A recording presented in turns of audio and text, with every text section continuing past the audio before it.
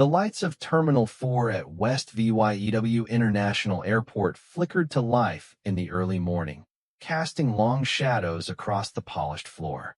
Officer Riley Carter straightened her jacket, brushing the cold air away as she stepped out into the hallway.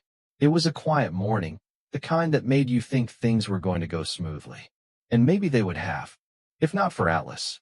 Atlas was her K-9 partner, a large German shepherd with a sharp mind and an even sharper nose. He'd been with her for almost 3 years, and over that time, they'd developed a bond that went beyond the job. They'd been through thick and thin together, drug busts, security sweeps, and everything in between. There was an unspoken understanding between them, one that had saved lives and caught criminals more times than Riley could count. This morning, though, things were different. There was a low hum in the air, an underlying tension that Riley couldn't quite shake off. She glanced over at Atlas, his dark eyes scanning the crowds of passengers. As usual, his ears were alert, his body tense and ready for anything. But it was his nose that had the most to say this morning. It twitched, the way it always did when something was off. Riley noticed immediately. Atlas had always been good at picking up on the tiniest details. It wasn't long before Atlas began his routine sweep through the terminal, weaving through the crowds of travelers, sniffing luggage, and keeping a watchful eye on everything around him. They were heading towards the baggage claim when it happened. The shift in Atlas's behavior was subtle at first, just a slight movement of his head, a small change in the way he held his body. Riley's instincts kicked in immediately. This wasn't a regular security check. This was something different. Atlas locked onto a specific suitcase near the check-in counter. A large, leather travel trunk, pristine and polished, with gold accents that shimmered in the light. The owner of the trunk, a man in his early 40s, stood nearby, tapping away on his smartphone and talking into a Bluetooth earpiece. Riley approached him, her hand instinctively brushing the grip of her weapon. "Excuse me, sir," she said, keeping her voice calm and steady. "We're just doing a routine check. Could you step aside with your luggage for a moment?" The man, who had barely looked up at first, now met her eyes. He was well-dressed, too confident, Riley thought. There was something about him that didn't sit right, but she couldn't quite place it. His eyes flicked briefly to Atlas, then back to Riley. "Is there a problem, officer?" His voice was smooth, cultured. He didn't seem concerned, but Riley could tell he wasn't entirely comfortable either. "No problem. Just a quick check, sir. Your cooperation would be appreciated." Riley kept her tone professional, but she felt a knot tighten in her stomach. She had seen that look before, the one that said this man wasn't as innocent as he appeared. Atlas was no longer just sniffing the air casually. His posture had shifted, stiff, alert. His tail was raised, his eyes locked on the trunk. He let out a low growl, a sound that was almost imperceptible to most people, but Riley had heard it enough to know it wasn't just a warning. It was a threat. Something was off with that trunk. The man, Marcus Chun, raised an eyebrow. "My flight to New York leaves in 30 minutes. Is this really necessary?" Riley's gaze narrowed. She could tell Chun wasn't just irritated. There was a flicker of something else in his eyes. Fear? Or maybe calculation? Riley wasn't sure, but it made her spine tingle. "Just a routine check, Mr. Chun. Please stand by." And then, just like that, everything changed. Chin's eyes darted toward the terminal exits, and in that split second, Riley knew he was considering making a run for it. She stepped forward, blocking his path, her hand resting on her holster. But before she could react further, something happened. Chin hurled his phone at her face, catching her off guard. She ducked just in time, but in the chaos that followed, Atlas was already in motion. With a speed that belied his size, Atlas lunged at Chun, weaving through the crowd, knocking over a few bags along the way. Riley shouted into her radio as she followed.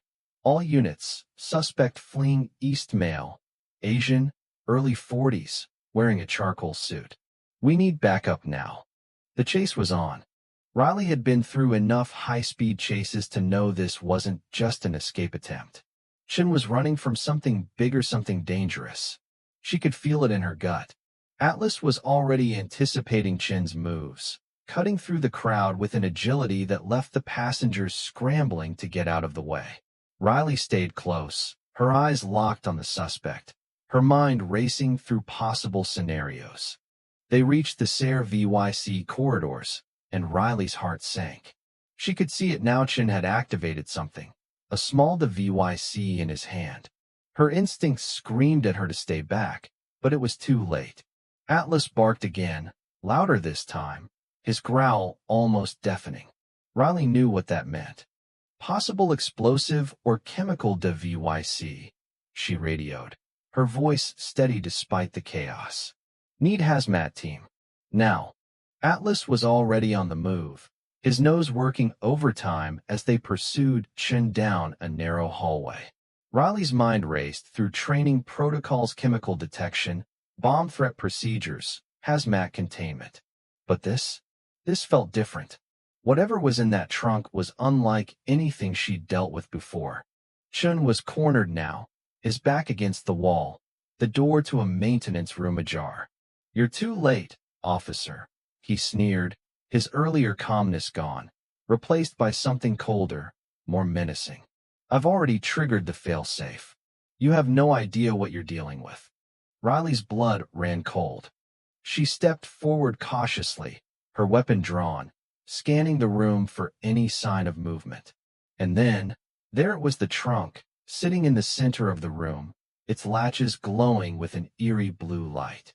"Atlas," Riley whispered, the urgency in her voice unmistakable. "Guard." Without hesitation, Atlas moved to protect her, positioning himself between her and the trunk. The growl that escaped him this time wasn't just a warning. It was a plea. But as Riley moved closer to the trunk, she could see something was very, very wrong. The glowing blue light, the strange metallic scent in the air, it wasn't just a bag of contraband. It was something far more sinister. "Mr. Chen," she said, her voice hard, cutting through the tension. "What's in that trunk?" Chen smiled, but there was no warmth in it. "You really think you can stop this? This is bigger than you, officer. Bigger than your little airport." And then, the countdown began. The clock on the VYC inside the trunk started ticking, and Riley knew they had mere minutes before everything exploded. Atlas's growl turned into a frantic bark, pushing Riley back from the door. But she couldn't leave. She had to act. With a sudden surge of adrenaline, Riley sprinted toward the trunk. "Hazmat team, now!" she screamed into her radio, her hand pulling the trunk away from the activation panel, just in time.